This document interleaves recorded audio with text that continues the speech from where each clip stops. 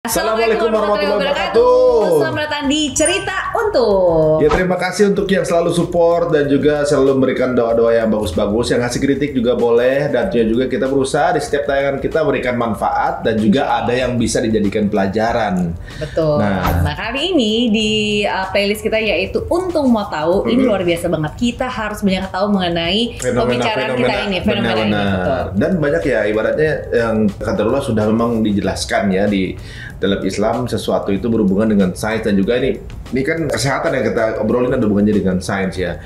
Bahwa memang diciptakan laki dan perempuan, kemudian diciptakan larangan juga untuk berzina misalnya gitu, harus dengan hubungan yang sah suami istri. Makanya banyak konten video yang suami istri segala macam, karena itu ternyata ada value yang luar biasa di balik itu. Nah, kenapa dilarang sih gitu? Kenapa dosa sih?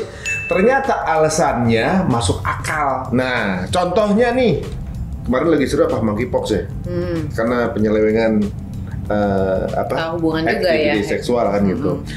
Itu kan yang sekarang tren. Sebenarnya yang dulu HIV ini bagaimana sih?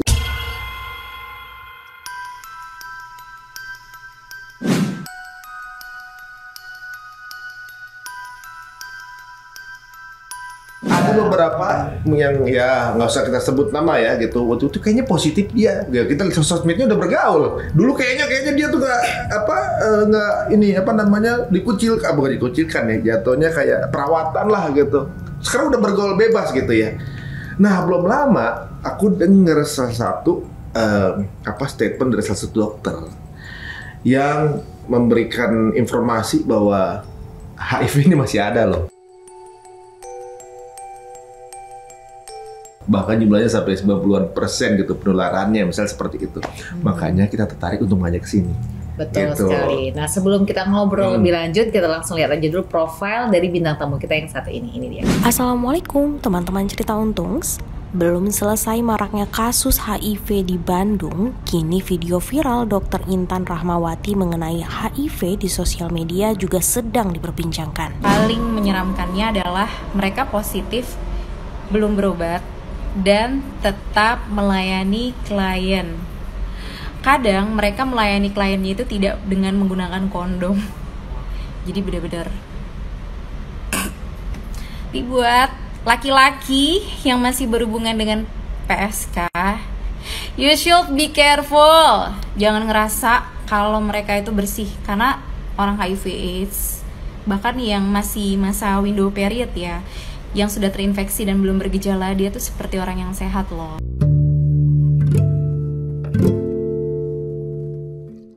Dr. Intan menyebutkan bahwa HIV terjadi pada ibu rumah tangga dan para suami yang suka jajan. Tak hanya itu saja, kasus HIV juga dialami pada anak-anak juga nih teman-teman.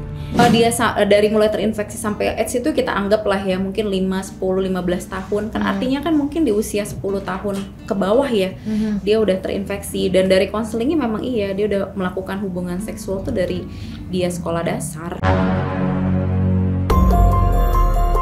Berarti HIV ini yang memang tidak bisa disembuhkan. Penasaran seperti apa sih penularan HIV yang dimaksud Dr. Intan? Simak lengkapnya di channel Cerita Untung. Oke, dan di sini sudah ada hadir di studio Cerita Untung ada Dr. Intan. Assalamualaikum dok. Sebelumnya makasih banyak loh udah main kesini. Terima kasih juga udah diundang. Aduh, ini kita menarik banget ya ketika viral gitu ya di TikTok, pokoknya di sosial media gitu ya. Nongol di Instagram kita statement dari dokter yang saya merasa yang bener nih, pengen nanya gitu sama dokter ya gitu ya. Nah, kita tanya dulu dokter kita ini Dokter Intan ini mengamati penyakit seksual ini sejak kapan? Oh gitu. Sejak saya kuliah di kedokteran sebenarnya. Udah emang? Iya. Tapi emang concern di situ atau gimana? Di situ sih gitu. Karena mungkin menarik beberapa kasus HIV ini tuh kan sebetulnya kasusnya kayak Kalau di kita tuh sering banget ketemu pasien HIV. Jadi kalau kita, kebetulan saya praktek waktu itu pertama kali jadi dokter gitu di salah satu rumah sakit vertikal gitu ya. Kalau kita lagi jalan, kita lempar sendal ke belakang, itu yang ketangkep sendal kita tuh salah satunya pasti HIV positif. Sebetulnya kasusnya banyak banget gitu loh. Bahkan peluangnya saking 1 sampai 10 peluangnya berapa? peluangnya itu mungkin Di atas 1 sampai 10 nih. Iya 10% ya. Jadi tuh mungkin karena gini loh, karena HIV tuh di misalnya kasusnya banyak, cuma kan karena stigma akhirnya kan nggak bisa juga tuh kita buka-bukaan data dan lain-lain ke masyarakat ya. Dan karena juga misalnya tadi kalau orang pas positif HIV gitu ya, pasti kita langsung mikirnya wah jangan-jangan dia pekerja seks gitu kan, atau dia pengguna jarum suntik nih, dia pengguna narkoba. Nah karena stigma-stigma itu akhirnya mereka juga susah untuk ngebuka diri gitu. Makanya sebetulnya kayak iceberg phenomenon aja gitu, fenomena gunung es, sebetulnya kasusnya banyak gitu, banyak banget. Bahkan di beberapa rumah sakit itu poli yang ramai adalah poli HIV. Oh iya, iya sekarang? gitu. Iya gitu. Sampai sekarang saya rasa juga gitu.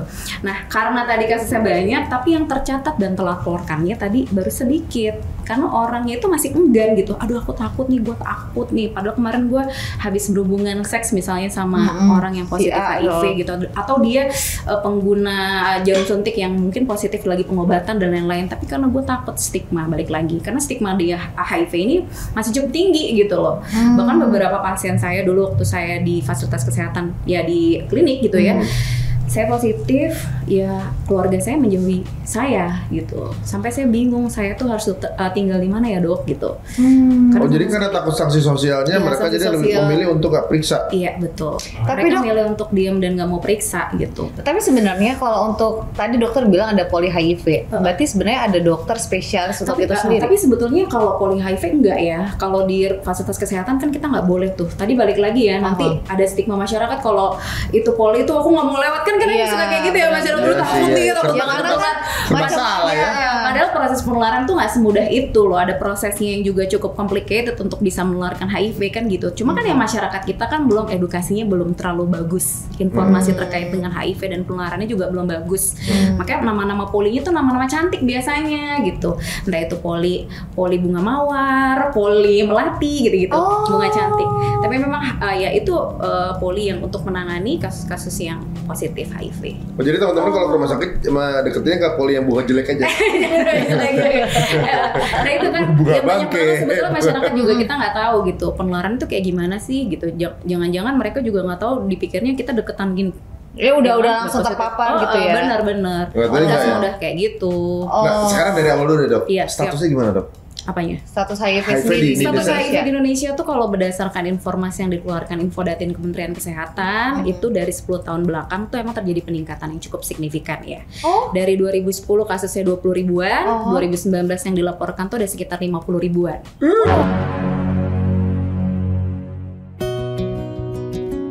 Sekitar 59.000 yang positif HIV di Indonesia. Tapi gini loh. Itu yang ke data ya? Ya, betul. Jadi gini, peningkatan kasus itu harus dianalisis. Apakah benar memang kasus penularnya banyak, tinggi, makin banyak, makin kesini makin banyak, atau memang sistem pencatatan dan pelaporannya memang sudah bagus? Gitu. Jadi kayak gini loh, misalnya kalau 2010 kasusnya ada 100.000, tapi yang tercatat cuma 10.000. 2020 kan sistem pencatatan pelaporan HIV kan luar biasa udah bagus ya. Jadi kasusnya sebetulnya udah berkurang gitu 50.000, tapi 50.000-nya yang tercatat. Jadi kayak seolah-olah kasusnya naik tapi proses pencatatan pelaporan. Jadi kalau menurut saya sih kasus HIV itu mungkin stabil gitu ya, stabil dari tahun ke tahun tuh tetap aja kasusnya tinggi, naik sedikit gitu kan. Apalagi sekarang kan makin banyak tuh kan perilaku seksual yang menyimpang, pasti juga meningkatkan resiko penularan dong gitu kan. Makanya sebetulnya kasusnya tinggi ya harus dicermati apakah memang infeksinya yang banyak, makin banyak gitu ya yang tertular, atau memang proses pencatatan pelaporan yang makin bagus. Tapi kalau menurut saya karena satu proses pencatatan pelaporan juga makin bagus, yang kedua memang kita nggak bisa tutup mata gitu ya, penularannya juga tinggi gitu. Nah, dari tadi ngomong penularan, sebenarnya tuh penularannya itu seperti apa sih dok? Penularan HIV itu kan sebetulnya harus melewati 4 media ya. Dia tergantung sama 4 media dalam tubuh kita. Yaitu bisa melalui darah. Yang kedua adalah cairan vagina, cairan kelamin pada perempuan. Yang ketiga adalah semen ya. Semen itu adalah cairan sperma. Yang keempat adalah air susu ibu. Jadi kalau nggak berkaitan dengan 4 hal ini, otomatis tuh kita nggak tertular. Makanya kayak berjabat tangan Enggak. gitu ya. Tukeran minum gitu. Tapi katanya Enggak, dok, kalau misalnya ada yang pengidap HIV, terus dia dalam keadaan luka, terus kita juga dalam keadaan luka, itu juga bisa.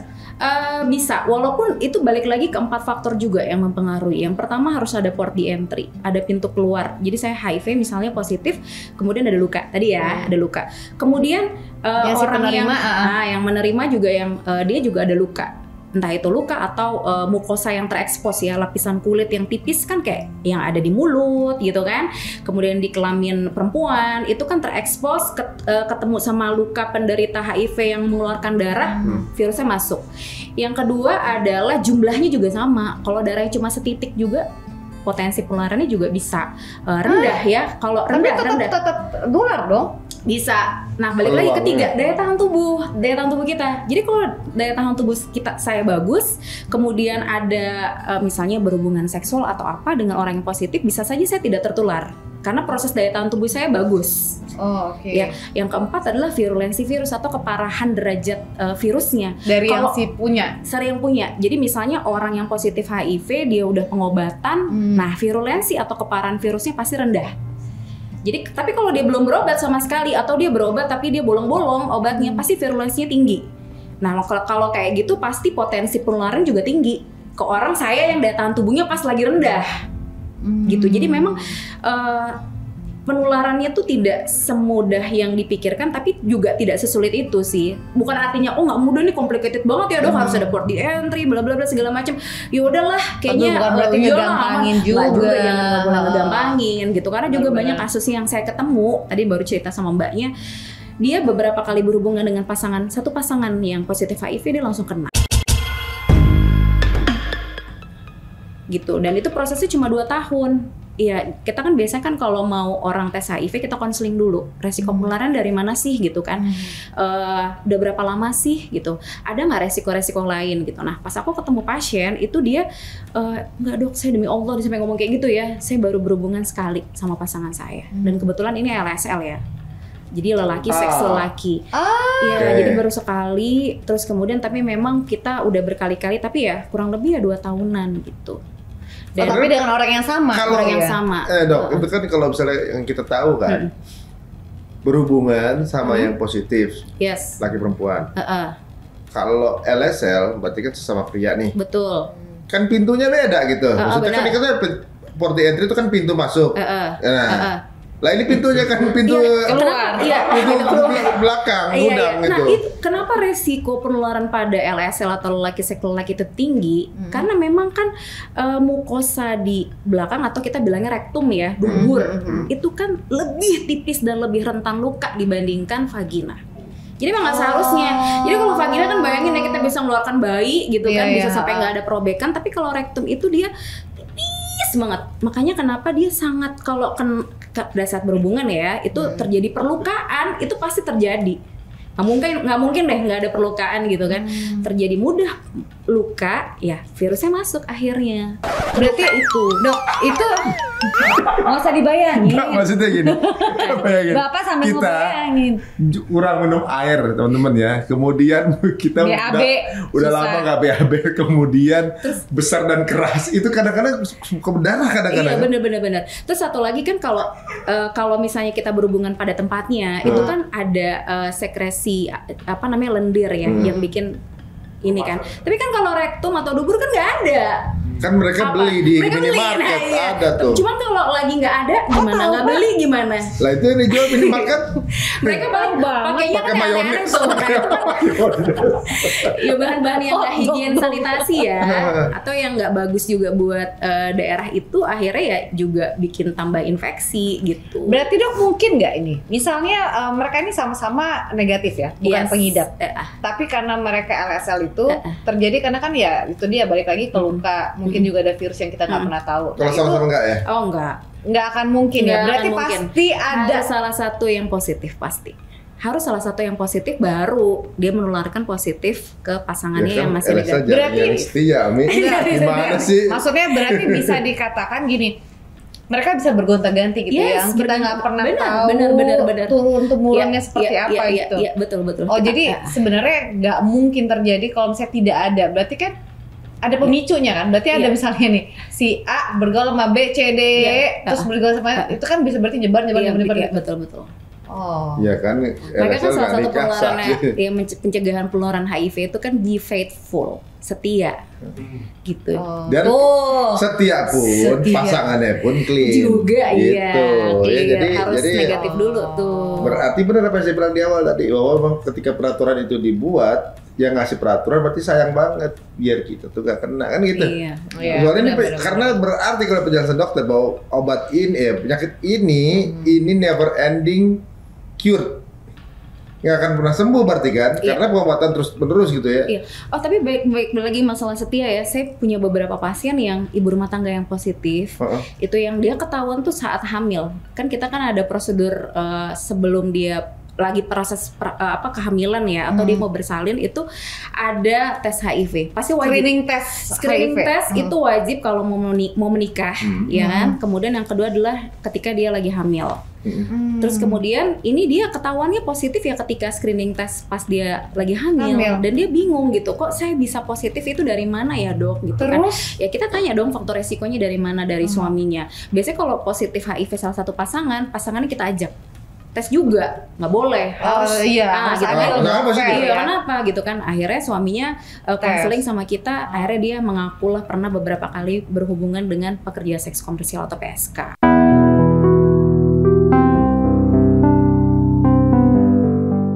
Tapi yang normal tidak diketahui oleh istrinya. Jadi kemungkinan besar ya istrinya infeksi HIV dari suaminya, dan pas kita cek ya suaminya juga positif. Nah gitu, dan itu kasusnya banyak. Itu yang tadi saya bilang itu dia serodiskordan, jadi itu sampai 92%. Jadi istri itu diperiksa? Yes, 100 jadi gini loh, 100 yang pasangannya positif HIV itu 92 orang pasti dia positif HIV.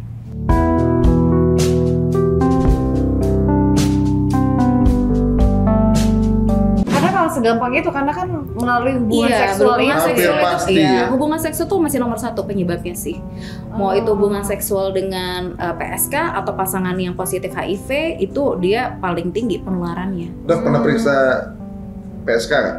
Pernah. Nggak, misalnya gini, presentasi deh dari PSK, misalnya 100 yang diperiksa, yang positif berapa? 10%. Tuh 10% kan bisa PSK itu ya 10-13% yang positif ya. Jadi makanya kalau ketemu, misalnya kita kan ke populasi kunci ya, kalau PSK itu kan ya di tempat populasi kunci maksudnya gimana? Populasi kunci itu adalah populasi yang resiko penularan itu tinggi. Contohnya pekerja seks komersial, komunitas LSL gitu ya, waria, penasun, pengguna jarum suntik, pada pengguna narkoba suntik. Itu tuh kan dia penularan HIV itu sangat tinggi. Itu tuh karena tadi ya mereka orang karena berpikir kalau saya ke fasilitas kesehatan takut stigma, saya takut dan lain-lain, akhirnya kita jemput bola, kita datengin gitu loh. Supaya tahu gitu, jelas ya. Karena memang untuk populasi kunci itu kita sarankan untuk pemeriksaan tuh setiap tahun tuh 1 kali, 1 tahun sekali. Lo nggak bisa datang, gue yang datengin. Itu makanya namanya VCT ya, Voluntary Counseling Test. Jadi kita mencari di populasi itu mana sih yang sebetulnya positif. Karena ketika dia udah positif, dia harus minum obat, wajib. Ya dokter boleh nyari. Iya. Jadi kalau nyari gitu diperiksa gitu kan, negatif, ada yang positif. Ya positif nih, gitu kan. Gak gitu juga, gak gitu. Jadi kalau misalnya udah ada yang positif nih, kita gini, ini aja. Aduh, langsung mulai pakai APD. Kita tanya di sisi itu deh. Waktu periksa tuh PSK lah misalnya ya, PSK kemudian 10%-nya itu atau 10-13% positif. Yang lain bukan berarti negatif, nggak terdetek doang kan, bisa aja kan. Bisa jadi. Seperti wawancara nggak dok, apakah dia tahu dia positif atau enggak gitu? Dan dia tertular dari mana, dia tahu apa enggak, dan apakah dia masih servicing enggak gitu. Biasanya dia nggak ngaku dia positif, mungkin dia udah pernah diperiksa ya. Tapi kalau ketika dia ngaku saya positif HIV, pasti kan sama maminya ya, nggak diizinkan dia untuk bekerja di situ. Jadi rata-rata mereka yang silent enggak gitu. Daripada dia nggak ada pekerjaan ya. Jadi kalau misalnya dia ngaku, kalau nggak jujur sih dari awal kalau lu positif, kalau gitu gue nggak mau terima lu kan gitu ya, maminya marah ya. Jadi biasanya pernah tes HIV sebelumnya nggak? Belum. Pasti ngakunya gitu. Belum ya. Berarti bisa dibilang dokter juga punya channel mungkin ya ke mami-mami itu ya. Benar, berarti yang punya channel kan sebetulnya volunteer. Jadi kita kerja sama LSM atau sama volunteer gitu yang mereka tuh memang mantan gitu ya, mantan pekerja seks komersial, mantan yang ya LSL ya, mantan waria yang mereka udah intinya udah kembali ke jalan yang lurus, pengen ngebantuin nih teman-temannya untuk sadar. Nah volunteer kayak gitu yang mereka cari tahu, bahkan mereka yang minta izin ke maminya gitu. Kalau kita datang sendiri udah pasti kita ditolak. Iya, soalnya karena kan balik lagi ya kalau ini dicek pasti nanti pelanggan kliennya tuh kabur nggak mau gitu kan. Ada apa tuh? Oh iya ada pemeriksaan, ada yang positif loh gini-gini segala macam. Akhirnya kan berdampak ke semuanya gitu. Makanya itu sangat ini banget deh kita kalau lagi tadi saya cerita gitu ya. Itu kalau lagi periksa tuh bener-bener sembunyi-sembunyi gitu. Jadi kita lewat pintu belakang, coba bayangin. Kliennya pintu depan, kita lewat belakang. Karena balik lagi kita stigma kliennya. Nggak boleh lewat pintu belakang. Karena gitu. Terus udah gitu pas yang sepi gitu. Jadi sepi kalau rame-ramenya misalnya panti X ini rame jam segini. Kita pas yang lagi pas lagi lagi ramenya. Karena pasti kan klien kan itu ada apa? Ya dokter tuh ada positif loh. Screening tesnya diapain sih? Untuk kebaikan aja harus ngumpet-ngumpet ya. Cek darah. Cek darah kayak biasa kita darah. Jadi kita ambil darah, kemudian kita kayak tetesin gitu ke beberapa regen, ada 3 regen. Kita lihat tuh dia hasilnya, kalau dia positif berarti 3 regennya tuh harus positif. Oh jadi dia kayak kalau misalnya kita kan ya mungkin sejauh ini kita taunya misalnya kayak tes COVID lah ya, antigen kan kita pakai cairan ya. Nah berarti itu darah ditetesin ke 3 regen itu. Tetap ada pencampurnya sih, ada media pencampurnya, tapi ditetesin 3 regen itu positif, kita bilang positif. Tapi kalau salah satu regennya negatif, kita ulang lagi. 2 minggu kita datang lagi, ngecek lagi kita ngecek lagi. Nah pas udah positif kita langsung tangkep. Maksudnya bukan tangkep dulu gitu kan, enggak, kita langsung ngomong gitu kan ke orangnya, kamu positif HIV, kamu harus minum obat. Tapi balik lagi kan kewenangannya dia, saya mau minum obat atau enggak. Rata-rata tuh ya mau minum obat, kita langsung kasih obatnya biar dia minum gitu kan. Ada obat yang diminum sehari sekali, 2 hari sekali dan lain-lain. Terus kemudian kita evaluasi, minggu depannya udah nggak ada itu orangnya. Pulang kampung.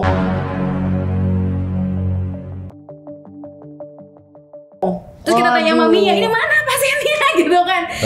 Pulang nggak bisa dihubungin, teleponnya nggak aktif. Nah kalau hilang kayak gitu kan juga susah tuh kalau nggak bisa dicari. Kerja lagi tempat lain. Iya betul. Kalau gitu berarti rata-rata nggak bergejala dong dok? Kalau untuk, nah tadi saya bilang ketika dia terinfeksi, menginfeksi tubuh kita ya, masuk ke dalam tubuh kita, akhirnya muncul gejala klinis itu bisa 5-15 tahun. Paling cepat 5 tahun, paling lama 15 tahun. Nah ketika belum ada gejala dia kayak orang sehat gitu loh. Kayak orang ya biasa aja, kayak gimana sih orang sehat. Nggak kelihatan gejalanya. Nggak, kan katanya kan kalau misalnya HIV itu kan pasti akan menyerang daya tahan tubuh. Yes. Nah mungkin nggak sih selama dia terinfeksi itu, jadi misalnya kayak pilek jadi lama banget, betul. Jadi gitu. Ada namanya gejala akut ketika HIV itu masuk ke tubuh kita, itu kayak common-like syndrome. Jadi seperti flu-like syndrome, Jadi kayak flu aja. 2 minggu pertama tuh ya badan nggak enak, sakit kepala, terus kadang juga demam gitu ya, pilek, batuk 2 minggu. Abis itu kita sehat biasa.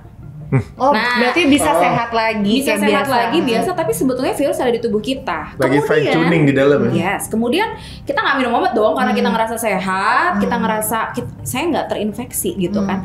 15 tahun kemudian, nah lama-lama kan terjadi penurunan daya tahan tubuh.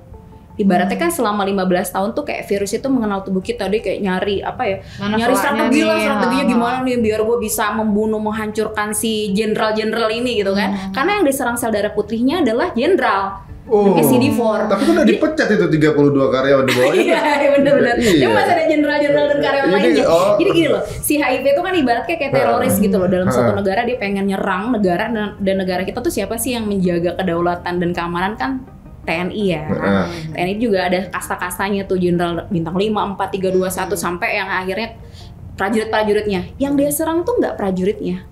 Dia serang tuh langsung jenderalnya, CD4-nya gitu yang dimana dia punya komando untuk menginstruksikan jenis-jenis sel darah putih prajurit-prajurit untuk menghancurkan jamur, parasit atau infeksi-infeksi yang krocek-krocek lah ibaratnya gitu. Dia serang jenderalnya. Kalau jenderalnya mati semuanya kan nggak ada komando.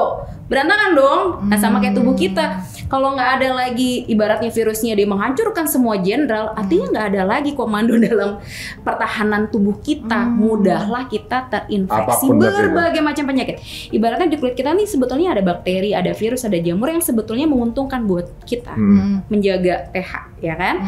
Tapi karena daya tahan tubuh kita sama sekali jeblok, nggak ada ya di bawah 200 mikro kalau kita bilang ya, itu kadar CD4-nya. Akhirnya yang tadinya bagus gitu buat tubuh kita, akhirnya counter ke kita.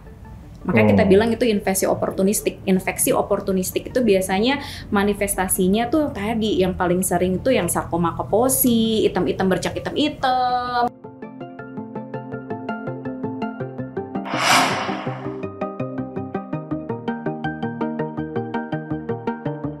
Gitu ya. Terus jamur di mulutnya udah sampai tenggorokan. Ya kan ada yang namanya candidiasis oral. Buat teman-teman sampai di googling tuh namanya apa? Candidiasis oral itu sampai tenggorokan. Toksoplasmosis di otak. Toksoplasmosis itu kan jarang banget ya terjadi pada orang yang sehat, tapi pada orang HIV yang udah stadium klinisnya AIDS gitu ya, itu tuh gampang terjadi. Jadi sebetulnya yang bahaya pada orang yang terinfeksi HIV adalah penyakit-penyakit infeksi yang mudah masuk ke tubuh kita karena daya tahan tubuh kita sangat rendah akibat diserang sama virus HIV. Jadi kita muncul banyak penyakit. Oh iya, kurang lebih kayak gini misalnya nih, kayak jamurnya. Nggak kelihatan dok.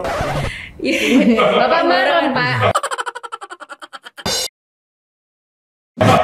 Ini sakit dan nyeri banget. Biasanya kalau udah kayak gini orangnya nggak mau makan, gitu ya. Karena saya pernah punya pasien. Sariawannya begitu ya? Sariawan kan kita sariawan kecil aja kadang nggak nafsu makan Satu aja secuma itu pada males banget makan ya. Ini dia sariawannya seluruh mulut sampai tenggorok coba. Nah kalau kayak gitu udah kita pakai selang. Tapi yang kayak gini itu pakai selang langsung makan, nggak bisa lagi. Nggak bisa makan kayak gini, dia nggak mau. Itu udah nggak bisa disembuhin lagi tuh dok. Aduh kalau udah sampai AIDS itu kita lebih banyak pendekatannya spiritual ya. Nah, berarti ini udah stadium berapa? Kalau tadi tuh mungkin dia baru stadium 2 atau 3 ya. Kalau yang tadi yang lebih parah yang jamurnya sampai tenggorok itu udah stadium 4. Nah, kalau yang PSK tadi belum sampai ke level ini dong pastikan, karena kan mereka secara fisik gak kelihatan. Yang kita ketemu di lapangan rata-rata mereka ya belum masuk ke fase klinisnya HIV/AIDS ya. Nah sekarang dok sempat nanya ke mereka udah tahu kalau mereka positif nih, dia masih praktek gitu ya. Mereka pakai pengamanan nggak gitu? Mereka sih bilang sebetulnya kita maunya pengamanan, kadang kliennya nggak mau. Jadi nggak pakai? Menolak, nggak pakai. Oke, mungkin ada juga gini, suami istri itu yang saking takutnya pasangan pakai kondom ada juga. Ada juga mungkin suami istri yang kalau udah nonton ini nih curiga gitu ya, pasangannya gitu ya, misalnya. Kemudian minta suaminya periksa gitu. Itu gimana jadinya? Boleh kan gitu ya? Boleh. Berarti sebenarnya nggak harus dalam keadaan misalnya mau menikah, dalam keadaan harus hamil. Iya, orang sehat pun juga bebas boleh screening HIV. Kalau memang dia kan ada ya tadi takut ya. Saya juga banyak juga tuh komentator gini, dok, kok saya jadinya takut, boleh nggak sih dok saya tes HIV? Boleh. Tapi memang kalau tes HIV tanpa resiko gitu ya, pada saat kita konseling dia nggak punya resiko, dia juga nggak ada gejala ke arah HIV/AIDS, itu kita nggak tanggung gitu. Rata-rata kayak gitu yang ditanggung sama negara yang gratis itu yang dia punya faktor resiko, dia ada resiko pasangan yang positif HIV. Tapi sebetulnya gampang kok, apalagi di Jakarta banyak banget laboratorium atau klinik yang menyediakan tes HIV. Gitu ya, sebenarnya banyak ya. Cuma masih sanksi sosial itu yang mungkin orang jadi malu. Nah, tapi dok tadi bicara mengenai yang tadi ya, apa namanya yang ternyata pas dia lagi screening test pas lagi mau punya anak, lagi hamil ternyata positif. Betul. Itu anaknya gimana? Anaknya sebetulnya gini, kalau ibunya positif dia ketahuan dari awal dia harus minum obat untuk mencegah penularan ke anaknya itu pada saat proses kehamilan atau pada saat proses persalinan. Itu kita bisa tekan kok, lebih dari 95% kalau ibunya positif dan minum obat itu resiko penularannya bisa kita tekan. Berarti ada yang nggak positif jadinya? Banyak yang nggak positif kok. Banyak. Oh gitu. Walaupun kan kita bicara mengenai penularan aja via darah gitu ya. Iya betul. Nah ini kan sedangkan anak tuh di dalam dan darah bisa gitu kita tekan karena kan pengobatannya itu dia menekan jumlah virus dan kualitas virus itu untuk menyerang pertahanan tubuh kita. Jadi kalau kita cek gitu ya, kadar virusnya tuh sampai bisa nggak terdeteksi. Walaupun virusnya ada dalam tubuh kita, iya, tapi nggak terdeteksi oleh alat gitu. Saking stabilnya, saking kita menjaga tuh dia di fase laten tidur loh. Jadi si obat itu bikin si virus itu ada di tubuh kita tapi tidur pingsan gitu. Tapi bukan berarti mati ya, tidur gitu. Jadi jangan sampai tidur dia nggak akhirnya kita buat stabil sehingga resiko penularan dari ibu ke anaknya bisa kita tekan. Banyak kok yang ibu hamil yang udah positif, kemudian dia minum obat, rajin minum obatnya ya, nggak pernah bolong-bolong, anaknya negatif dilahirkan. Tapi balik lagi harus ada tata cara prosedurnya, bersalinnya harus gimana gitu ya, boleh menyusui atau enggak, itu ada pendampingan yang ketat dari petugas medis. Makanya tadi saya cerita juga nih, saya pernah ketemu ya pasien, dia mau bersalin, datang ke fasilitas kesehatan untuk bersalin, udah pembukaan 4, dia belum pernah tes HIV. Kan harus tes HIV dong.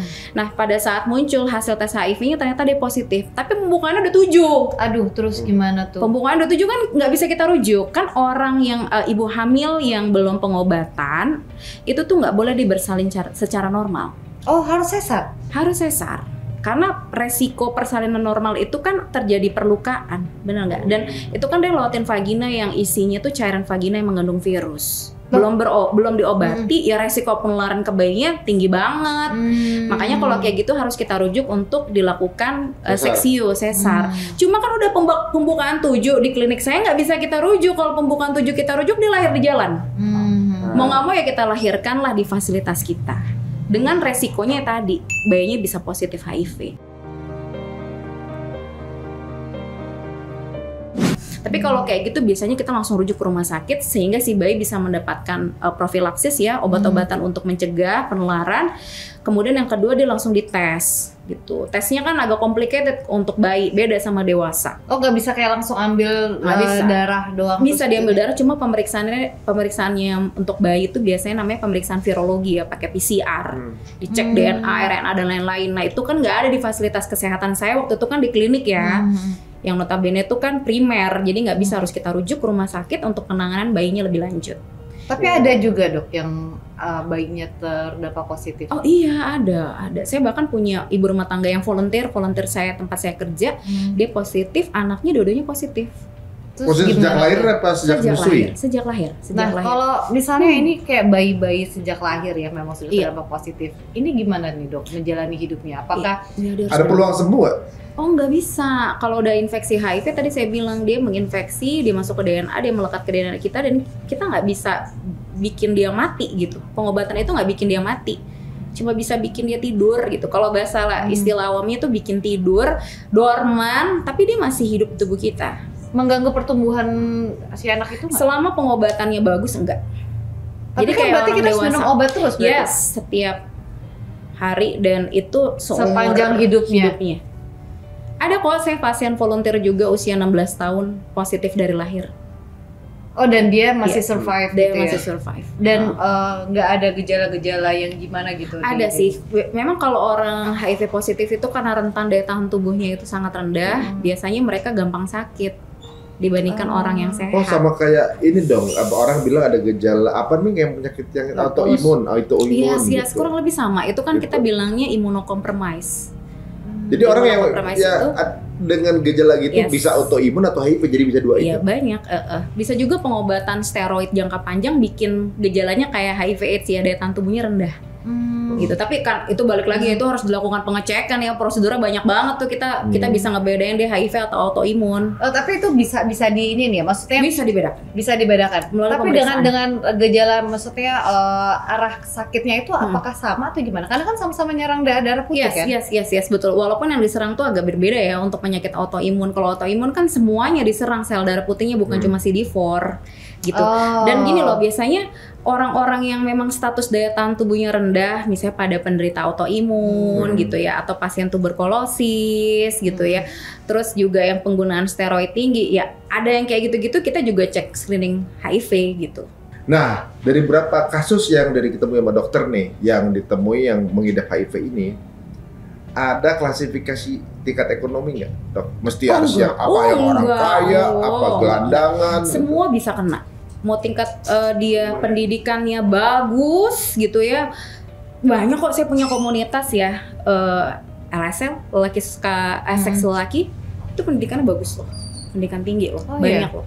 Ya kalau biasanya tuh kalau penasun, pengguna jarum suntik ya, itu rata-rata ya dia ekonomi dan pendidikannya memang rendah. Tapi kalau LSL atau PSK tinggi, banyak. Jadi memang HIV itu bisa kena. Kalau ada yang bilang HIV itu hanya penyakit masyarakat kelas bawah, enggak, salah besar. Semua dia bisa kenain. Gitu. Nah kalau misalnya gini kayak tunawisma atau juga mungkin ODGJ ya kan, itu kan banyak kan yang tinggi, kemudian pengaruh dari media, kemudian ya kadang-kadang ada budaya atau culture apa yang ditularkan oleh media yang sampai orang bereksperimen dengan seksualitas gitu, ada penyimpangan segala macam yang kemudian jadi kecenderungan ketularan ini. Ya, karena kalau yang mereka yang berada di bawah tanpa ada informasi ini kan nggak tertular, misalnya kayak yang tunawisma misalnya nggak ODGJ gitu, nggak pakai internet gitu segala macam, dan dia nggak tahu ini hubungan apa sih. Jadi ada nggak di? Ya kalau ODGJ iya, kita kan juga melakukan VCT screening pada panti. Panti-panti sosial yang untuk pasien-pasien ODGJ ya, orang dengan gangguan jiwa ya. Kita juga screening itu rutin setiap tahun gitu. Dan tapi kasusnya nggak gitu banyak sih. Sekali ya paling kalau kita panti misalnya sekitar 200 orang, waktu itu kita di salah satu panti di Jakarta Barat gitu, itu kita ketemu 1 yang positif. Itu dari mana ya mereka bisa ada? Ya kan itu bisa jadi penularannya, ya benar. Bisa jadi sebelum dia terkena gangguan jiwa, bisa jadi terus pada saat dia prosesnya dia sudah gangguan, kan rata-rata gangguan jiwa itu dia kan kita dia ODGJ, schizofren dari gejalanya muncul ketika dia usia 18 tahun, usianya sekarang dia 35 tahun gitu ya kan. Artinya dia penularannya pada usia 20 tahun yang memang dia udah ODGJ. Ya kan ODGJ itu kan kadang dia nggak sadar ya, ada orang mau apa juga dia diajakin apa aja dia mau kan. Kan dia sama seperti orang sehat, dia juga punya nafsu. Bahkan beberapa ODGJ itu kan nafsunya kan nggak terkontrol ya. Gitu. Agak ini banget ya. Saya juga ada juga yang sakit kemudian melampiaskan ke mereka, ada juga? Ada juga gitu. Karena di pinggir jalan gitu tiba-tiba lagi ini dan tinggi banget. Ada juga. Bahkan saya punya ini kasus ODGJ, dia wanita positif HIV, dia TB juga, tuberkulosis, dan lagi hamil. Gitu di salah satu panti gitu. Jadi ya iya ada sih. Gitu. Dan kita kalau dari faktor resikonya kemungkinan besar ya dari orang luar ya, orang yang nggak dikenal. Ya karena kan kita malah nggak bisa ngedetect ya. Kita nggak bisa detect, kita nggak tahu gitu. Ditanyain juga kan namanya ODGJ kan susah. Emang ngobrol gini bikin parno sih. Iya sih benar. Karena memang gini ya, dengan adanya berbagai penyakit-penyakit baru lagi gitu ya nggak usah ini deh, terlepas dari ya pandemi apa, terus ada monkeypox atau apa, ini kan makin banyak memang varian-varian baru yang juga menakutkan gitu. Tapi sebenarnya ya penyakit yang dari awal dari dulu banget kita tahu, HIV ini juga masih belum kelar juga sebenarnya kan. Masih belum kelar walaupun targetnya memang 2030 kita zero HIV ya, artinya zero nggak ada lagi orang terinfeksi HIV, zero lagi orang HIV dia sampai ke stadium AIDS gitu, sama zero stigma. Walaupun 2030 tuh kan PR-nya dikit lagi ya, 2022 8 tahun lagi, tapi sebetulnya ya tadi ya potensi orang yang positif yang mau dites aja tuh kita masih susah, masih banyak. Dok, ya. Dari tadi dokter bilang gini, HIV itu jangan sampai di AIDS. HIV dan AIDS itu golongan yang berbeda tuh gimana? Sama, HIV itu sebetulnya virus. Dia human immunodeficiency virus. Virus yang mengakibatkan tadi ya matinya sel daya tahan tubuh.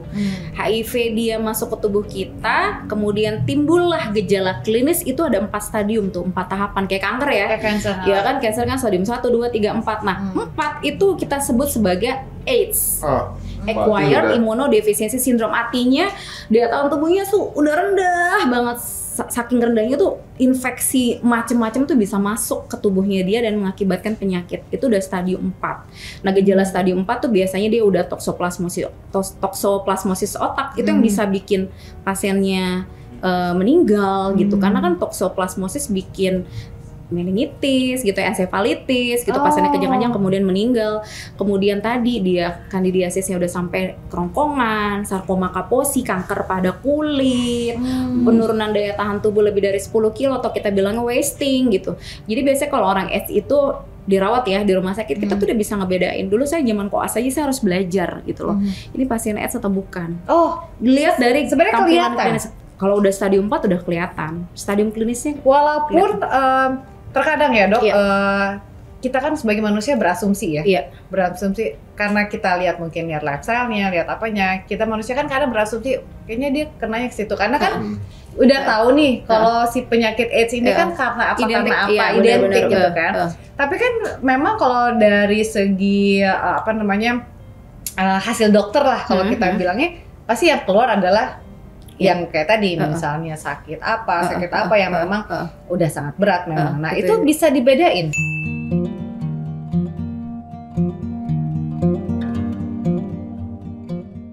Bisa, kalau dari pandangan mata ya, tapi balik lagi terlatih ya, petugas medis yang terlatih, dokter gitu. Emang yang udah ahli udah bisa lihat itu mana kelainan kulit yang karena sarkoma Kaposi HIV AIDS atau bukan, itu ya memang keahlian kita melihat gitu. Ada bedanya berarti?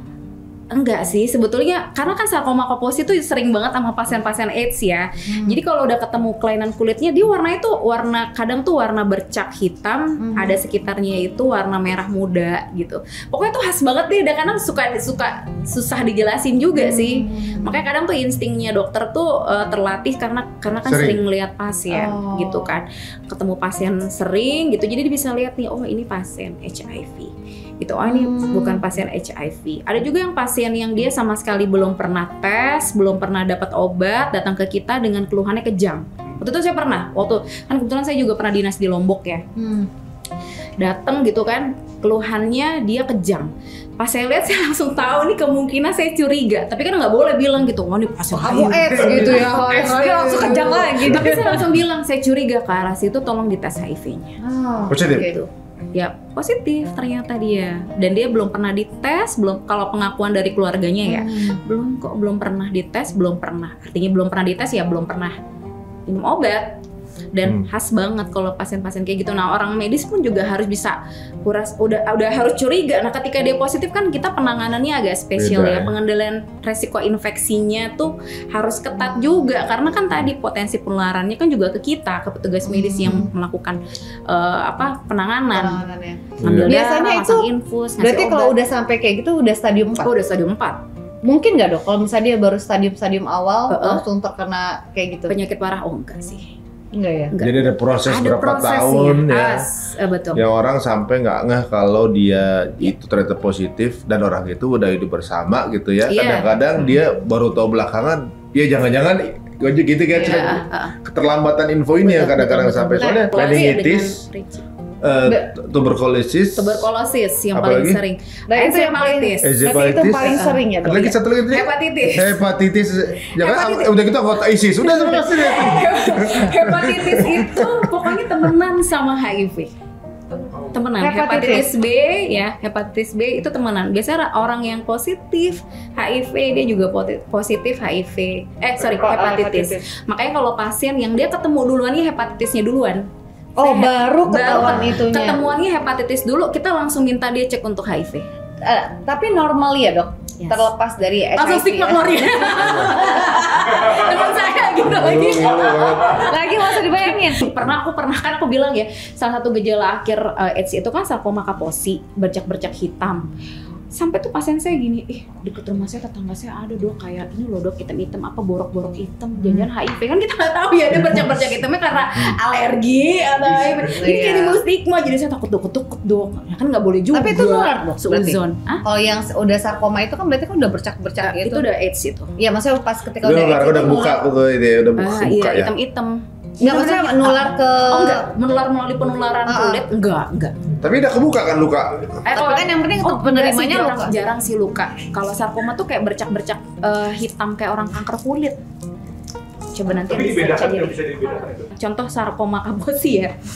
Kan ada banyaknya tuh 1, 2, 3, 4 gambar. Itu banyak banget DM yang masuk, dok. Kalau ini kira-kira aku kena sarkoma nggak? Jadi maksudnya Saking dia takut relate gitu loh. ya. Jadi kayak dia relate, ini tetangga aku, ini bapak aku kan udah usia sekitar, ya kan lansia kan rata-rata kan terjadi hiperpigmentasi ya, buat hitam-hitam gitu. Itu bukan kayak gitu. Jadi banyak juga akhirnya mereka ketakutan, akhirnya konfirmasi ke aku melalui DM gitu kan. Ya aku harus kasih tahu, enggak kok, bukan sarkoma Kaposi itu enggak kayak gitu kok gitu.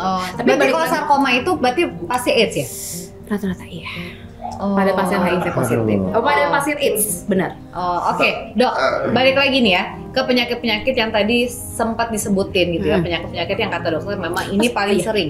Kayak hepatitis, kayak meningitis, terus sarkoma gitu ya. Sifilis juga banyak. Sifilis juga temenan sama Sifilis lagi namanya. Oh, sifilis sudah jelas ya memang tempatnya.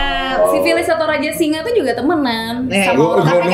Tapi kan jelas gitu. Gonore juga. Kencing nanah kan. Kencing nanah. Nggak, tapi maksudnya kan kalau di situ ya emang udah jelas penyimpangan gitu kan. Maksudnya ya penyimpangan seksual gitu kan. Nah, tapi ini kita bicara yang normally hepatitis, meningitis yang memang orang nggak AIDS pun juga bisa kena. Yes. Nah, sebenarnya virus-virus ini sendiri tuh bisa didapat dari gimana sih, Dok? Kalau kamu mau nyari? Enggak, maksudnya bisa didapat dari mana? Maksudnya gitu. Kan ketika nih udah AIDS itu berarti kan udah pasti akan kena sana. Kenapa cepat banget kena ke situ? Karena pasti ada virus yang memang mungkin lebih cepat. Karena untuk orang normal aja penyakit-penyakit ini kan juga tetap bisa kena gitu. Iya betul. Kalau meningitis itu penularannya dia melalui droplets yang paling banyak, saluran pernapasan. Meningitis. Tapi dengan catatan orang punya daya tahan tubuh rendah. Jadi kalau daya tahan tubuhnya tinggi, kayak kita orang dewasa ya, bagus, sehat. Ada orang yang bawa virus meningitis misalnya, kita nggak mudah tertular. Jadi rata-rata kalau kita bilang orang dewasa kena meningitis, pasti ada masalah daya tahan tubuhnya. Entah itu mungkin dia HIV positif bisa, pengguna steroid jangka panjang, pasien DM, diabetes mellitus, pasien kanker, pasien autoimun, itu yang rentan dia kena meningitis. Pas sebentar, kalau steroid jangka panjang berarti misalnya itu kayak misalnya orang binaragaan gitu kan. Iya bisa. Itu kan pakai steroid itu salah satu efek sampingnya kalau dia pakai itu dalam jangka waktu yang lama. Penurunan daya tahan tubuh. Itu suntik kan steroid itu? Oh iya suntik. Bisa suntik, bisa minum obat. Ya, ternyata ada penyakit baru lagi. Meningitis, hepatitis, tuberkulosis, encephalitis, dan ternyata sifilis. Ya, itu juga masuk. Kalau sifilis emang udah jelas ya, Dok. Ya, maksudnya kan dia memang karena hobi jajan. Maksudnya betul. Dan itu juga udah jelas di situ langsung terkenanya kan. Benar-benar. Tapi ada juga yang sifilis dia dari mulut. Sifilis mulut, Mi. Mulutnya nanah begitu. Gitu. Kalau sifilis itu kan sifilis itu kan khasnya kan dia luka ya. Kita bilang ulkus ya, luka. Jadi mungkin dia berhubungannya lewat oral juga ya. Jadi penularannya ya ke oral. Dia karaoke gitu ya. Iya. Jadi yang si A ini kena, dia karaoke kena di bagian situ melalui mulut. Banyak kok. Kalau dia karaoke-nya lewat mata juga kena. Sifilis itu kan kayak HIV dan tuberkulosis. Ada sifilis mata, telinga, mulut, ada juga mata? kulit. Ada. Sifilis itu hanya di bagian penyakit kelamin. Sifilis itu kayak HIV dia, walaupun dia masih ada kelebihannya, walaupun sama-sama penyakit ya.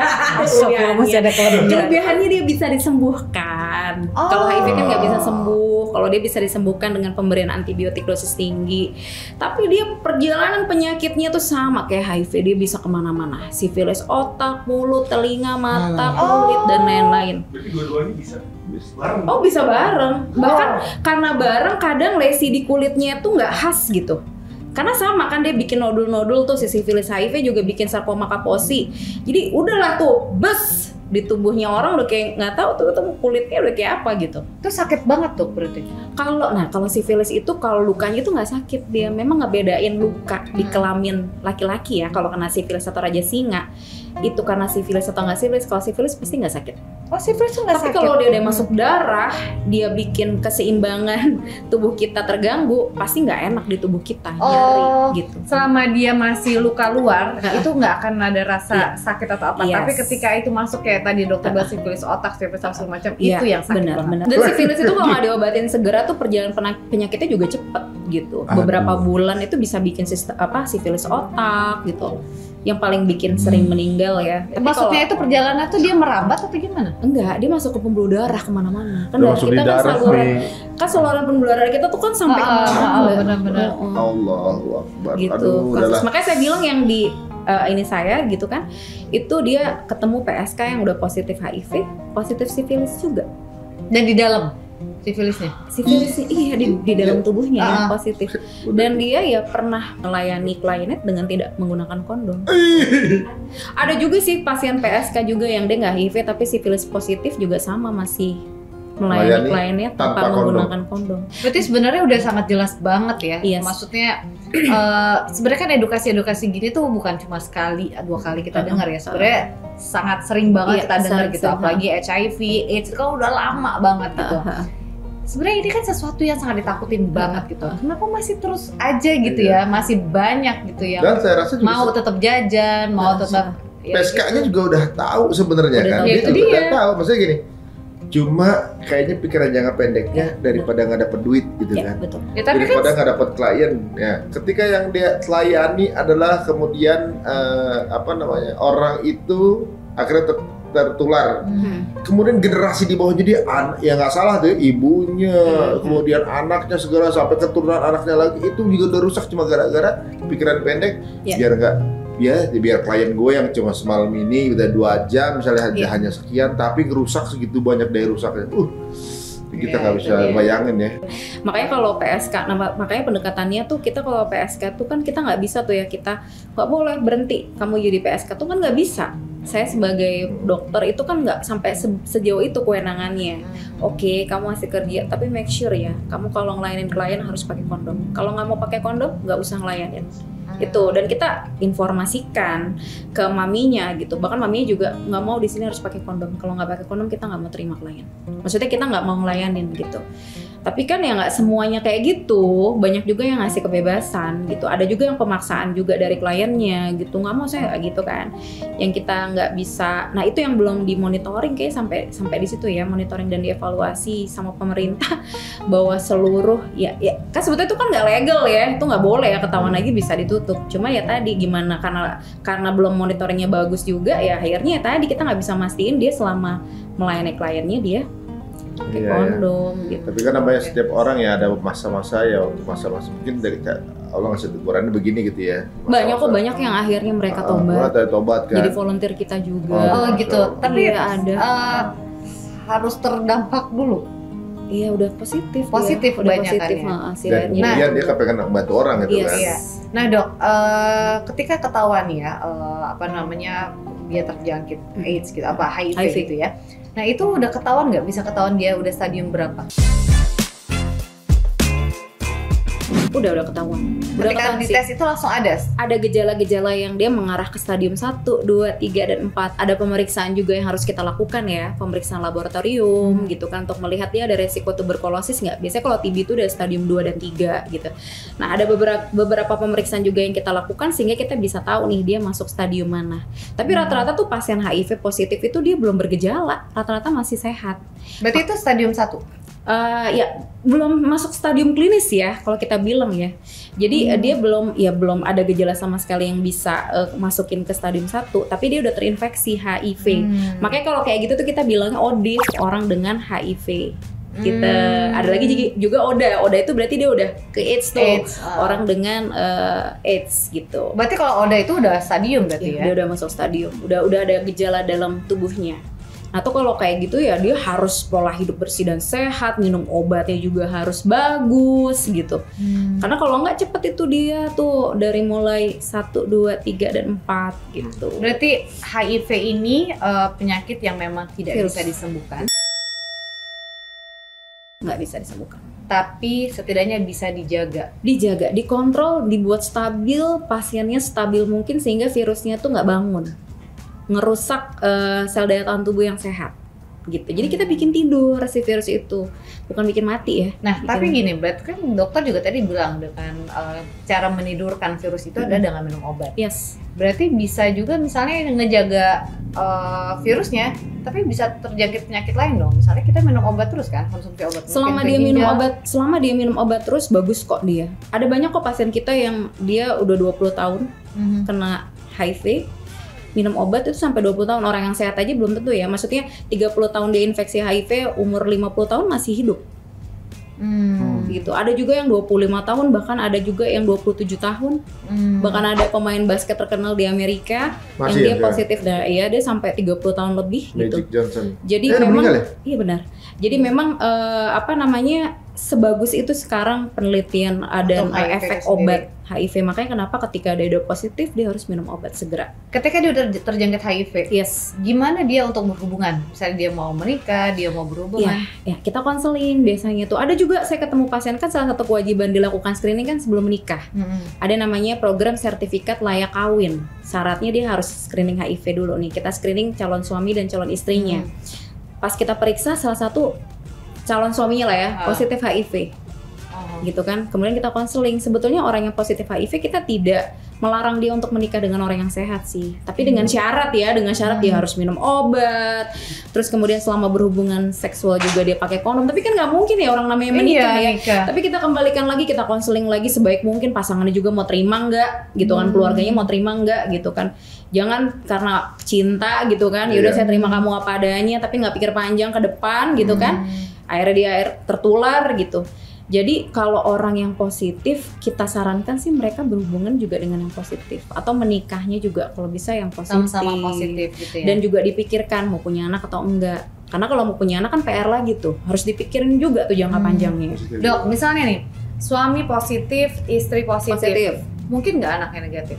Bisa, Mungkin aja, bisa. itu Kan dicegah, kuasa Allah, iya, kalau dicegah itu. penularannya pada saat dia dari mulai dia hamil sampai dia menyusui itu kita kontrol benar-benar tuh. Dia harus minum obat. Kita cek CD4-nya, kita cek viral load-nya.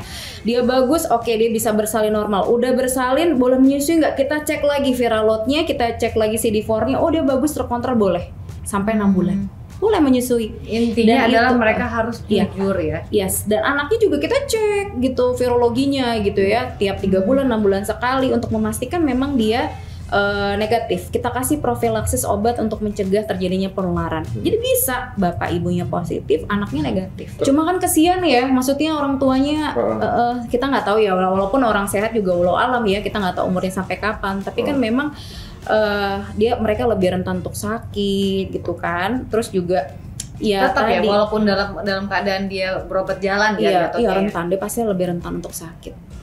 Karena ada beberapa kan waktu itu juga sempat viral juga ya, tapi yang sebelum ada sosial media kan, ada pasangan suami istri yang memang dia terjangkit, terus dia juga punya anak. Nah habis itu tapi udah nggak terlalu tahu lagi tuh gimana nasib keluarga gitu ya, karena memang dua-duanya HIV kan. HIV betul. Tapi sempat bertahan lama tuh. Bertahan lama memang ada juga sih 20 tahun. Kalau nggak salah sih juga cerita itu saya juga ngikutin.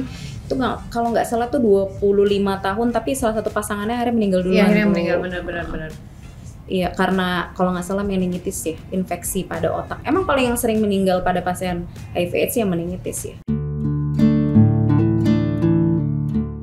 Toksoplasmosis, meningitis, tuberkulosis yang bikin dengkong paru ya, paru-parunya nggak bisa berfungsi dengan bagus. Berarti meningitis itu misalnya dia udah terjangkit HIV, berarti dia harus kena virus meningitis lagi? Oh nggak mesti harus. Jangan Maksudnya gini, karena kan tadi Nggak dokter juga semua, bilang iya. kan, meningitis itu jarang banget terjadi ketika dia udah dewasa, Sehat. sedang keadaan sehat ya, dan itu droplet kan? Dia penularannya melalui droplet gitu kan. Kalau orang sehat itu jarang banget deh kena meningitis. Kalau dia kena meningitis pasti karena daya tahan tubuhnya bermasalah gitu. Tapi bukan berarti orang HIV/AIDS juga pasti meningitis, enggak. Potensi untuk meningitisnya tinggi, tapi bisa jadi dia positif HIV/AIDS tapi dia nggak meningitis juga ada. Begitu sebaliknya juga gitu ya. Yes. Berarti kalau misalnya dia dalam keadaan HIV, berarti nggak boleh vaksin meningitis? Nggak boleh vaksin meningitis karena dia kan kalau vaksin itu kan dia virus Dikasih yang dilemahkan ya kan. Sedangkan kalau orang HIV itu daya tahan tubuhnya kan rendah banget ya. Jadi mau virus yang dilemahkan juga punya potensi untuk jadi counter ke dia gitu. Nah itu sebetulnya harus ada pengawasannya juga sih. Anak-anak yang positif juga kapan dia harus diimunisasi tuh ada nggak semua tuh dia bisa imunisasi kan. Kalau dari ini kan hepatitis B gitu kan, DPT, terus kemudian polio itu dia ada spesifikasi jenis-jenis vaksin yang boleh buat anak yang positif HIV. Jadi memang harus ketat sih pengawasannya kalau kayak gitu. Waduh, ini yang ditanyain dari tadi kan kalau memang secara konklusi atau juga mungkin secara treatment dari si penyakit ini emang udah nggak mungkin sembuh. tapi yang diupayakan adalah mengurangi sakitnya, kemudian dan pasti menghindari ya, sampai itu kan stabil itu kan sisi lain ya, maksudnya kalau udah terjangkit, memang nggak bisa disembuhin gitu, tapi cuma bisa di maintain untuk memperlama umur kita gitu, hidupnya umurnya lebih panjang, nggak terlalu banyak menular, membuat si virus ini jadi tidur, itu kan cara-cara biar untuk mengurangi penderitaan, tapi ngobatin nggak bisa gitu ya. Nggak bisa disembuhkan gitu. Tapi berarti kan intinya adalah daripada ngobati, mendingan jangan kena. Nah, kira-kira dong, caranya gimana biar orang terhindar untuk nggak kena itu?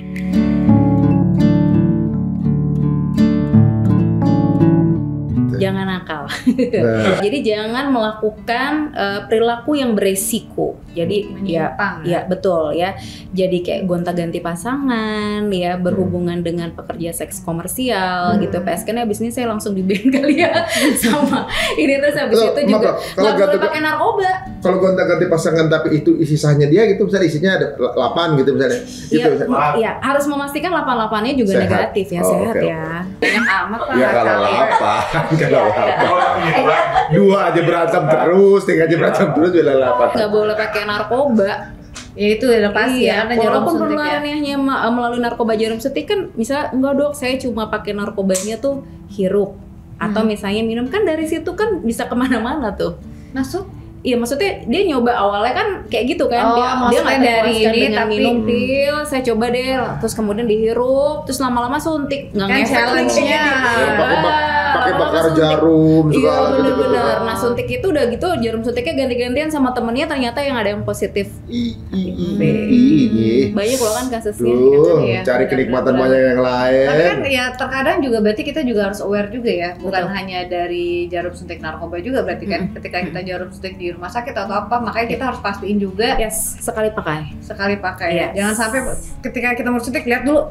Iya benar gitu kita ya? Memang harus ngeliat sih prosedurnya pada saat membuka jarum suntik tuh, Bu. Sekali ini ya, baru ya jarum suntiknya ya. Nah, itu kita juga dikasih lihat, oh iya baru gitu. Jadi juga kita petugas medisnya juga harus secure, ada PPI-nya kok itu kalau di rumah sakit, klinik maupun puskesmas ya. Jadi ada standar-standarnya gimana caranya secure penularan infeksi apapun untuk pasien dan untuk kita. Donor darah juga sama, kan nggak kita langsung donor darah bisa ngedonor, ada prosedur pemeriksaannya, ada screening HIV-nya. Udah ketahuan positif gitu kan, nggak boleh donor darah, gitu. Dan udah kalau ketahuan positif pasti kita dirujuk ya untuk pengobatan dan lain-lain. Jadi memang kalau untuk di fasilitas kesehatan tuh udah se-secure itu sih. Gitu. Tadi makanya persalinan, dia selama persalinannya di fasilitas kesehatan dan oleh tenaga medis. Tapi kalau persalinannya di dukun beranak, kita nggak bisa pastiin dia itu dites HIV gitu. Dan banyak itu kan kasusnya di luar kota-kota besar ya, yang masih di daerah-daerah primitif, daerah-daerah terpencil tuh juga banyak yang proses membantu persalinannya tuh oleh dukun atau bukan orang yang terlatih. Nah itu makanya penularan kan HIV positif itu kan ada di 5 provinsi, salah satunya provinsi itu Papua ya. Karena mungkin tadi akses layanan kesehatannya dia masih rendah. Penularan dan cukup tinggi dari ibu ke anak di sana, di provinsi sana. Karena tadi banyak yang bersalin bukan di fasilitas kesehatan dan di hutan, kurang edukasinya kurang teredukasi. Itu ya. Pasti kurang teredukasi. Jadi aku juga punya cerita. Jadi waktu pas aku jadi dokter di salah satu rumah sakit gitu ya, itu ketemu pasien tuh umur 15 tahun dia udah AIDS. 15 tahun. Paling muda tuh. Paling muda yang aku ketemui ya. Mungkin sejawat-sejawatku mungkin ada yang jauh lebih muda lagi. Itu udah bergejala tuh gimana dok? Udah bergejala, dia udah AIDS gitu. Jadi kan artinya kalau di 15 tahun itu kan dia dari mulai terinfeksi sampai AIDS itu kita anggap lah ya mungkin 5, 10, 15 tahun. Kan artinya kan mungkin di usia 10 tahun ke bawah ya dia udah terinfeksi. Dan dari konselingnya memang iya dia udah melakukan hubungan seksual tuh dari dia sekolah dasar. Nah, dan itu dasar kelas 3 waktu itu. Nah, berarti anak umur kelas 3 udah berhubungan 9 tahun, 8-9 tahun udah positif. Kalau dia berhubungan dasar berhubungan dari sekolah dasar di kelas 3, berarti dia berhubungannya sama orang yang udah infeksi dong. Benar. Berarti sama orang yang udah jasing jajak. Jadi anak kecil itu mungkin terkena korban pedofil. Aduh. Ngeri. Ini jadi memang begini, di zaman era digital sekarang ini kan akses informasi cepat ya. Dan kayaknya budaya-budaya free itu jadi seperti lifestyle aja gitu kan. Jadi kayaknya kalau pacaran itu biasa, ya tidur bareng biasa sesama jenis atau enggak segala macam itu jadi campaign gitu. Jadi kan karena era yang sekarang nggak seperti dulu kan.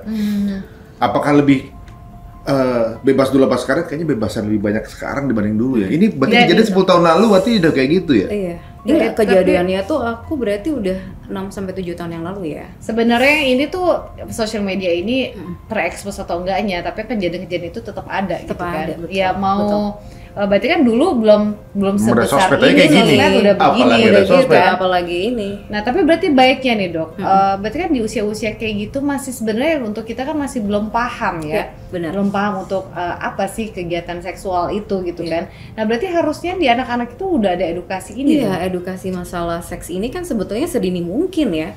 Usia berapa sih, Dok? Umur 4-5 tahun pun kita harus ajarkan, tapi memang ada tahapan-tahapannya kita mengedukasi ya.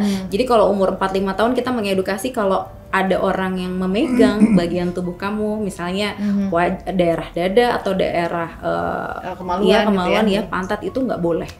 Jangan mau gitu. Nah, edukasi itu beda-beda tuh. Nanti dia udah masuk SD, gitu ya, kita beda lagi. Nanti kamu berteman, ada laki-laki gitu ya, nggak boleh tuh pegangan tangan. Jadi memang ada tahapan edukasi, tapi pasti edukasi itu kita lakukan sedini mungkin. Sejak si anak itu mengerti dan paham instruksi kita gitu kan. Biasanya 4-5 tahun ya kita edukasi. Bahkan 3 tahun kayak dia udah mengerti, udah paham, kita ajarkan. Nggak ada orang yang boleh, bahkan ayah pun nggak boleh memegang area-area yang intim. Jadi itu yang harus kita ajarkan ke mereka, sehingga ketika ada orang yang mendekat dia perilakunya udah nggak enak nih gitu kan, kita kan juga ngasih tahu ya, apalagi udah megang sesuatu dia bisa menghindar dan berani untuk menyampaikan, nggak mau, nggak gitu boleh ya. Dan dia juga berani menyampaikan itu ke kita, melaporkan ke kita. Kan banyak anak juga takut ya, udah dipegang misalnya terus dia takut cerita, aku takut diomelin sama orang tua. Kita pun juga ngasih pengertian, kalau ada yang seperti itu kamu cerita sama bunda nggak akan marah gitu. Bunda harus tahu. Kadang tuh kayak gitu kasusnya kan, saya juga konseling remaja gitu, banyak mereka yang mendapatkan pelecehan seksual dan mereka enggan dan nggak berani gitu untuk cerita ke orang tuanya, untuk cerita ke teman-temannya aja. Dia kan biasanya kalau sebaya ya, remaja itu kan sebaya tuh sangat dekat, mereka tuh nggak berani, mereka takut. Ada juga yang karena diancam ya. Jadi itu yang pokoknya hal yang kayak gitu jangan tabu. Kita kok daripada dia bercerita ke orang lain yang tidak pada tempatnya, lebih baik dia cerita kita orang tua. Biasanya kalau anak perempuan sama ibunya gitu, ya anak laki-laki sama ayahnya gitu, biar deket, biar tadi gitu. Kalau ada hal yang nggak menyenangkan kita langsung tahu, kita bisa preventif gitu dia untuk yang siapa, kita bisa tahu kan. Jadi kalau menurut saya itu sih yang paling penting juga tuh pada anak. Karena kejadiannya kan pelecehan seksual pada anak juga kasusnya juga cukup tinggi gitu. Banyak loh kasusnya di lapangan. Mungkin terakhir nih, Dok, pesan gitu ya, pesan mungkin ya buat semua para penonton kita di Cita Untung ini, entah itu yang belum terjangkit ataupun yang sudah terjangkit gitu, apa yang harus dilakuin untuk berjaga-jaga? Kalau menurut saya kalau menghindari agar kita sehat, tidak terinfeksi HIV/AIDS, pertama ya tadi jangan nakal, ya kan, jangan macem-macem deh gitu, hidup lurus-lurus aja gitu. Emang apa sih yang mau dicari di dunia cuma sementara gitu ya. Terus yang kedua adalah penularannya itu nggak semudah yang orang pikirkan. Jadi hubungan sosial itu tidak menularkan virus gitu ya. Selama baik-baik aja ya. Berjabat tangan, kita nggak menularkan. Terus minum atau alat makan bersama ya. Terus pemakaian alat mandi bersama pun juga tidak menularkan HIV/AIDS. Dan jangan stigma, karena kita nggak tahu dia itu terinfeksi HIV karena kenapa. Banyak kasusnya yang ibu rumah tangga yang lurus-lurus aja, soleha, setia, tapi dia tertular dari suami itu karena kita mikirnya macam-macam gitu kan, akhirnya stigma kita nggak mau deket-deket sama dia. Jadi jangan stigma juga sama penderita HIV, sama seperti orang yang normal aja, kita berteman biasa. Dok, tapi maaf ya, saya potong sedikit aja. Tadi kan tuberkulosis ya, ketika orang HIV ini rentan juga kena tuberkulosis. TBC ini kan memang sangat rentan juga untuk menularkan ke orang gitu ya. Nah ini akan tertularnya, misalnya menularkan lebih ke TBC-nya aja atau beserta AIDS-nya? Oh enggak, TBC-nya aja. Karena TBC itu kan penularan melalui droplet ya, pada saat kita bersin atau batuk, yang dia bawa bakterinya aja. Takutnya ngikut juga sama yang lain-lain, karena kan memang enggak. Saya ngomong gitu sama orang HIV, itu ngomong dalam jangka deket ya, nggak ngapa-ngapain, ngomong gitu. Selama dia nggak TBC atau dia infeksi saluran pernafasan, nggak menular. Dok nggak takut itu deket sama dia? Enggak takut. Karena Saya tahu sering ya. kok, maksudnya cuddling sama yang penderita yang perempuan yang ngasih semangat gitu. Enggak kok, malah mereka tuh harus kita kasih semangat. Tapi balik lagi karena kan kita yang namanya positifnya kita nggak tahu, mungkin bukan karena kesalahan yang dia lakukan ya, dan banyak juga kan korban karena pasangan yang positif. Terus kalau yang udah terkena dok? Yang udah terkena jangan ngerasa bahwa tuh udah berakhir hidup. Oh, bukan Jadi tetap akhir dari hidup positif gitu ya. Tetap positive thinking ya, husnuzon kan, Iya. sama ketentuan Allah. Jadi ya tetap minum obat, rajin minum obat dan terapkan perilaku hidup bersih dan sehat. Karena banyak kasus juga yang HIV positif dia minum obat umurnya panjang, bahkan sepanjang orang yang sehat, lebih Iya, panjang dibandingkan oke. orang yang sehat. Kan kita nggak tahu umur siapa yang punya ya. Jadi jangan menyerah, tetap produktif, tetap aktif. Oke, kita support juga tentunya juga nih dari dokter tadi untuk teman-teman yang sekarang kadarullah mungkin sedang positif ya. Tadi dokter bilang jangan berpikir bahwa hidup sudah berakhir, gitu kan. Tapi juga jangan berpikir bahwa penyakitnya udah berakhir, nggak juga ya. Walaupun udah treatment, udah nggak berasa sakit juga, tetap harus menjalani treatment, berarti dok ya. Iya betul, harus Gitu. minum obat. Kita harus ada cek. Ada cek berkala. Cek berkala, Iya. itu wajib itu. Wajib, kalau orang yang lagi pengobatan itu biasanya kita cek 4-6 bulan setelah inisiasi pengobatan pertama, kemudian setiap 6 bulan sekali atau setahun sekali kita cek, kita evaluasi pengobatannya bagus apa enggak. Karena kalau nggak bagus kita harus ganti obatnya, karena banyak tuh lini-lininya pengobatan HIV/AIDS juga. Ini ngaruh apa Yes. namanya, bereaksi atau enggak gitu ya sama pengobatan. bereaksi nggak buat tubuh kamu gitu. Oh ternyata dia CD4-nya tetap aja tuh dok turun gitu ya, viral virusnya makin banyak, ya ganti obatnya. Ada juga kan banyak juga yang minum obat terus ada efek samping, hati, bikin mual, muntah, diare. Kita evaluasi apakah harus ganti obat atau enggak. Tetap harus kita evaluasi ketat.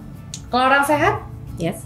apa ada harus 1 tahun sekali kayak kita Iya, survei sama apa? kalau kita punya resiko penularannya tinggi ya, misalnya ya nggak menutup mata lah ya, punya teman-teman yang kita juga melakukan hubungan seksual atau tukar-menukar jarum suntik, make sure setahun sekali minimal.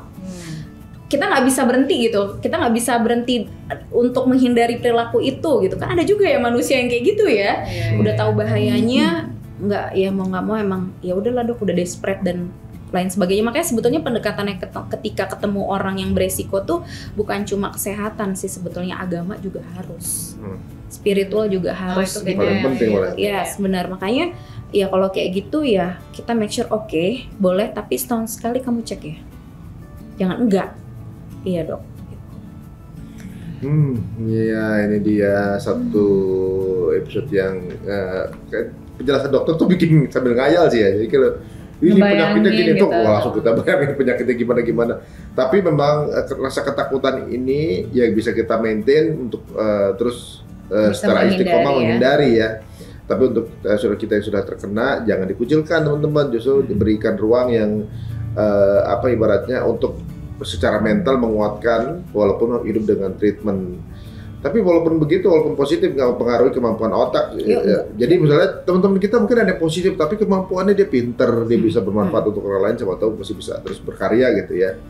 Nah, tapi ternyata tadi juga dokter juga bilang bahwa satu-satunya cara biar nggak kena, ya jangan deketin gitu ya. Ya dengan cara ya itulah setia dengan pasangan. Udah gitu ya jangan nakal. Sekali lagi terima kasih ya dok atas edukasinya, atas kerja kerasnya selama ini. Itu luar biasa banget, sekali lagi jasa-jasa dokter luar biasa. Dan juga buat teman-teman, kalau misalnya podcast kita ini bermanfaat, boleh sharing-sharing ke teman-teman lainnya. Dan kalau misalnya mau follow dokter di sosial media apa dok? Di dokter.intanrahmita. Dokter.intanrahmita. DR ya? DR.intanrahmita pakai RACH. Kalau ada pun mungkin dari obrolan kita ada ciri-ciri yang mendekati aja gitu ya. Monggo silakan di DM sama dokter. Itu nggak apa-apa dok, langsung boleh saya jawab. dijawab tuh dok. Kan tapi nggak dijawab langsung ya. Kadang dia pasti sibuk ya. Benar. Tapi Tapi aja udah banyak banget nih. Sampai dok kok saya nggak dijawab gitu. Oh iya benar. Jadi kelamaan kita ngajak podcast karena dia nggak bisa balesin itu deh pasien. Teman-teman semuanya, silakan aja. Kita cuma menjadi media untuk menginformasikan ya. Monggo silakan di DM dokter. Kalau sekarang mungkin di antara tanda tadi yang ada di mulutnya merah-merah, banyak sariawannya, kemudian kulitnya udah ada hitam-hitam sama pink. Ada apa lagi nih? Banyak katanya udah dijelasin yang ada ya. di kemaluannya juga gitu yang itu apalagi yang ngeri-ngeri tadi. Ya. Nanti kita akan kasih tadi gambar. Oh, nggak mau di ini aja, ceritain aja. Enggak mau. Tapi biar gambarnya bisa keluar. Saya nggak mau lihat. Oh iya. Jadi ya. Oke, sekali lagi terima kasih ya buat teman-teman. Dok, terima kasih sehat selalu ya. Mohon maaf kalau ada salah-salah kata ya, Dok ya. Wassalamualaikum warahmatullahi wabarakatuh.